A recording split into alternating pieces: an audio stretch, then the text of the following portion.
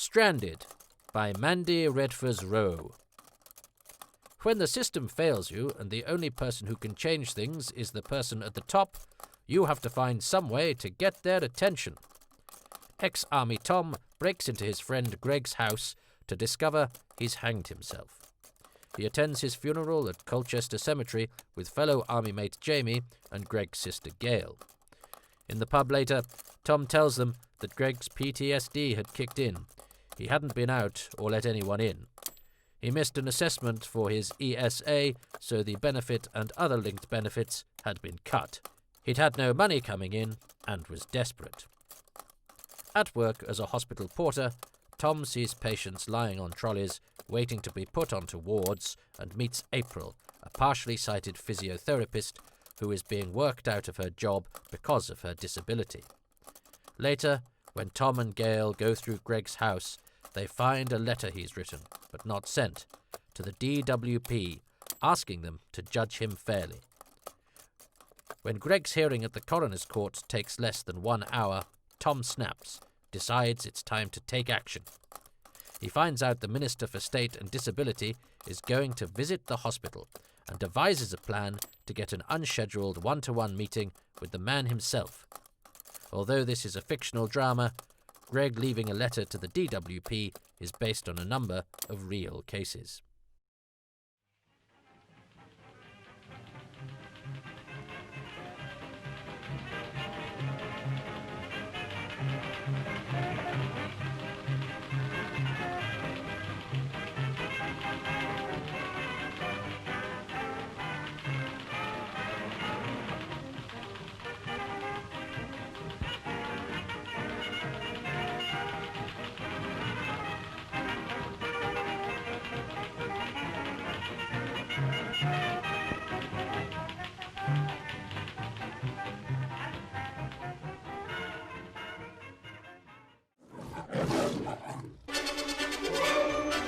My name is Mandy Redvers-Rowe. I have had a radio play, which I co-wrote, broadcast, a drama on BBC One with the Jimmy McGovern Moving On series. I had a theatre piece on last year in partnership with the Everyman and Playhouse. I'm about to go into a second big theatre piece. I've been a professional writer now for nearly 2 years.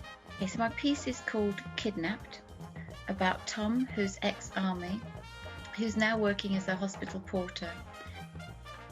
The whole drama starts with him breaking into his friend's house, Greg, who was ex-army with him, who he finds hanging. 5 words to describe it are action, drama, thrilling. There's some jeopardy, hopefully some humour at times as well. In my life away from writing, I'm a mum. I love being a mum. I love a bit of gardening and cooking. I love reading. I read so many books. Walking, swimming. I used to like cycling before lockdown, but I have to cycle on a tandem, so that's out the question at the moment. I love family. I love friends. I have quite a simple sort of life, and I sort of think almost as a writer, you need to have time for writing. So the things that I do in between are all very lovely things, but quite gentle things, I suppose. What makes me laugh? A lot of the wrong things make me laugh. Government policies, government statements that I don't believe at all. I love good comedy. I love Paul Merton. Individual people make me laugh. My very best friends, Mandy and Ali Briggs, who I did comedy with years ago, they make me laugh all the time. Yeah, David, my husband's a very funny person. I love funny people. I really do. I like to surround myself with funny people. We laugh a lot. Well, I've always written, and it's taken me years to realise I am a writer and have that confidence to say, yes, I am a writer. And at first, when I first started writing, and you know, with No Excuses, which was with Mandy and Ali Briggs, and we wrote for the Disability Programmes Unit, but we started literally doing sketches on stages, and a lot of very funny satire pieces about the fact at the time disabled people had no rights at all. We thought that was very funny, but it needed to be said. So we found lots of quite fun ways to perform very silly sketches. So when I started writing that, I really thought I wanted to be an actor. So we wrote our own pieces and then we're all in them. It's taken me years to realise that I have to write. I started this wanting to tell a story about benefit cuts I feel are happening for disabled people and have been happening the last few years. My journey with Ben has been really brilliant. It was a more literal way of trying to tackle the things I wanted to tackle. And Ben asked me to watch a certain number of films, and it was called Inside I'm Still Dancing. And when I watched it, it actually covered the territory of my first script. And so I had a conversation with Ben, which sort of went, so I'm not original anymore. And he said, I was trying to tell you that. It's been great working with him because he's always pushing me to go further, pushing me to the next stage, pushing me to work harder or to think differently. I feel my journey with Ben has been tough but good. It certainly moved me to the next place as a writer. Okay, 3 words to describe my last year are educational, tough, inspirational. Internal, a private room, day. A woman's hand on a man's bare back. She traces her fingers down either side of his spine. When she gets to the waist, we see he's wearing suit trousers. This is April. We can tell by her movements that she's partially sighted. She pushes her fingers in hard. The man gasps. Does that hurt? Yeah, just a bit. She traces along the line of the muscles and pushes in again. And that? Yes. She stands back. The man turns to look at her. I can release a muscle, but it's going to be painful. Do your worst. The man climbs awkwardly onto the bench. April, who's lightly built, leans over him, cupping her hands one over the other at the base of his spine. April leans all her body weight down on his back. Ah! The door opens and 2 men silently enter. This is Tom and Jamie. We'll meet them later. Jamie slides a bolt across the door. Tom steps over to the bench and unwinds some masking tape. The man sees him. Who the fuck are you? Tom doesn't respond, simply presses the tape over his mouth. Opening titles. External, Greg's house, night, 4 weeks earlier. Tom looks dangerous. It's not his bulk, more about the way he holds himself. Something in his eyes as he pounds his fists against the front door. He stands back, scans the terraced house. No lights, curtains drawn. Looks up, sees a small bedroom window open. Tom climbs the drain pipe, sweating with the effort. Reaches the upstairs, edges onto the top of the bay window, knocks a loose tile. It clatters to the pavement below. A light comes on in the window opposite. He stretches to the open window, tries to reach in, hooks a latch, but the gap is too small. There's no way he's going to get in that way. He makes a decision, leans down and pulls up his right trouser leg, unclips his prosthetic and picks it up. Gripping it firmly, he swings it hard against the window, shattering the glass. A light comes on next door, another further down the street. He pokes his prosthetic through, creates a hole large enough for him to enter and throws a leg inside. He takes off his fleece, wraps it round his hands, knocks out the remaining glass, climbs in. Internal, Greg's bedroom. Tom stumbles towards the bed, sits down. The room is sparse, neat, tidy. The bed precisely made. 1 set of drawers stand against the wall. No ornaments, no pictures on the wall. Tom picks up his leg, straps it back on. Now he's opening the bedroom door. Internal, Greg's landing. Tom stands between the 2 upstairs rooms. Greg? Greg? Nothing. He moves towards the second bedroom, opens it and looks inside. There's a single telescope on a stand next to the window. He turns, looks downstairs to the darkness below, snaps a light on. A moment of dread. In the distance, a siren gets gradually louder. With difficulty, he negotiates the scares. The siren is blaring now, right outside the house. For a moment, there's panic in Tom's eyes. He's somewhere else. For a brief second, we're with him. On a barren road, sun blazing, a loud explosion. Then Tom is back in the room. He opens the living room door, sees a man hanging from the light fitting. All noises zone out.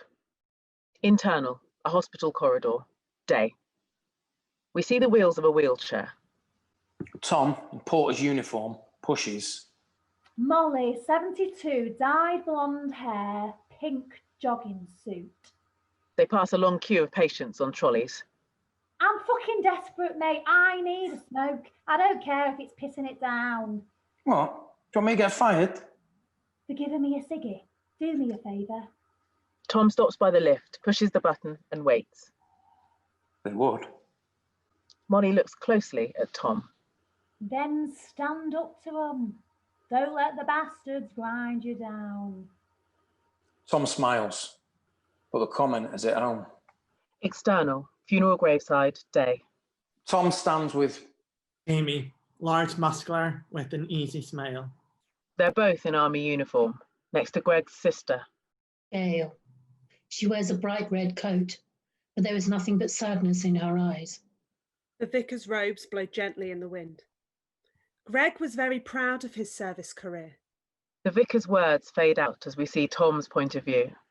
He's looking across treetops to the distant Chester Roman wall. A street in Chester, night, flashback. We see the same Roman wall, but closer. We're in the heart of Chester city centre. Tom and Greg are drunk, laughing. Greg suddenly shimmers up a lamppost. Greg! What the fuck? Tom sits down on the pavement. He squints up to see Greg, now sitting astride the top of the lamppost. Tom, you've got to see this. Come on, get up here. I'm going to be sick. Greg gazes out in awe at the lights of the city. You can see for miles. Miles and miles. It's beautiful. Fucking beautiful. Internal, a pub, day. Gayle and Jamie are sitting looking at photos on Gayle's phone. Tom arrives with more drinks and crisps, a pint of Coke for him. I asked for crisps. Just crisps. But they don't do just crisps anymore. It's hand cut this or savoury bake that. I just wanted crisps. Fucking crisps. Give it a break. You sound older than me, Dad. Ah, fuck off. He suddenly remembers where he is, why he's there. Remembers Gayle. Oh, goodness. Do you remember Elton? My mum's old dog. She shows him a photo of Greg, aged 10, holding a floppy dog. He took him everywhere. They were best mates. Didn't you used to carry him over the bridge? Elton was scared of walking over the slats and seeing the water below. No way. Yeah. They all laugh. Then Gayle's laughter turns to tears. Oh, the bastard. If he had a problem, he should have told me. I spoke to him every week. I'm his fucking sister, he should have said. And Tom reaches out his hand and rests it on Gayle's shoulder. Outside the hospital, day. Tommy's smoking.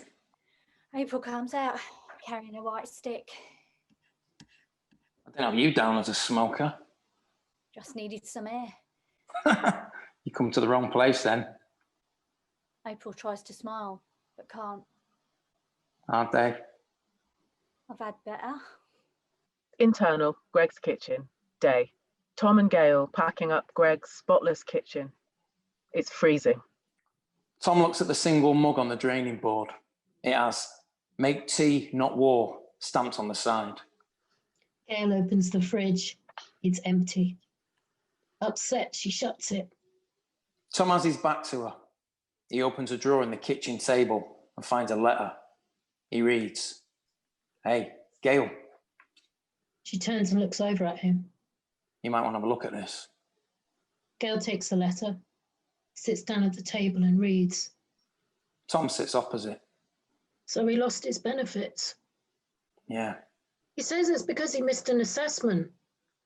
I don't understand. He had PTSD. Didn't they know that? Of course he knew. External, Afghanistan, day. Flashback. Tom drives an armour-protected vehicle. Greg is next to him. Jamie and one other sit behind. The terrain is rough. They are rocked from side to side. Outside, we see a dry, barren landscape. Ahead, a collection of run-down buildings. They appear empty. Suddenly, a small boy appears from nowhere. He runs into the road. Tom brakes and stops the vehicle. A woman runs out and gathers the boy before running off. Tom and Greg share a panicked look. Something hits them, and there's an explosion. Everything slows down. Tom's point of view. We see the left side of the vehicle, then the underside as they roll over. Darkness. Sounds of debris falling, settling. Silence. Full sound. Fire. Tom is screaming. We see Greg dragging Tom out of the burning vehicle. Hold on, mate! Hold on! Internal, Tom's bedroom. Early morning. Tom wakes in panic, sits up sweating. Hospital canteen. Day. Tom sits eating breakfast. On the large canteen TV, the Minister for State and Disability is being interviewed. It's the man we saw earlier, only here he's fully dressed. The state is here to protect the vulnerable. And we, in this government, have done more to protect the sick and disabled than any previous government. Tom, without thinking, stands up and turns the channel over. There's a smattering of applause. Surprised, he looks round at his colleagues, a little embarrassed. He sits back down, looks at his food. He's not hungry anymore. External, outside the coroner's court. Day. Tom, Jamie and Gayle come out of the court. They all look shell-shocked. 30 minutes, that's all it took. To say sod all. It's a whitewash. They didn't even read out his letter. Tom lights a cigarette. They watch as court officials leave, chatting, laughing. I have to get back to the base. I'm on duty later. Right then. Jamie starts to move off. It's not finished, Jamie. We're not leaving it here. What do you mean? What I said. Greg's letter is going to be heard. Heard by the bastards he wanted it sent to. We're not leaving it like this. You might not be, mate, but I am. No, you're fucking not. You owe it to Greg. I don't owe Greg anything. We were mates. We stuck together and we got each other's backs. We all did. But now he's gone. He's gone and you've gone and I've been left behind. We're still mates. Are we? Bye, mate. Jamie turns and leaves. I'll call you. Do you mean it? About the letter? Yeah. It's time to fight back. Then count me in.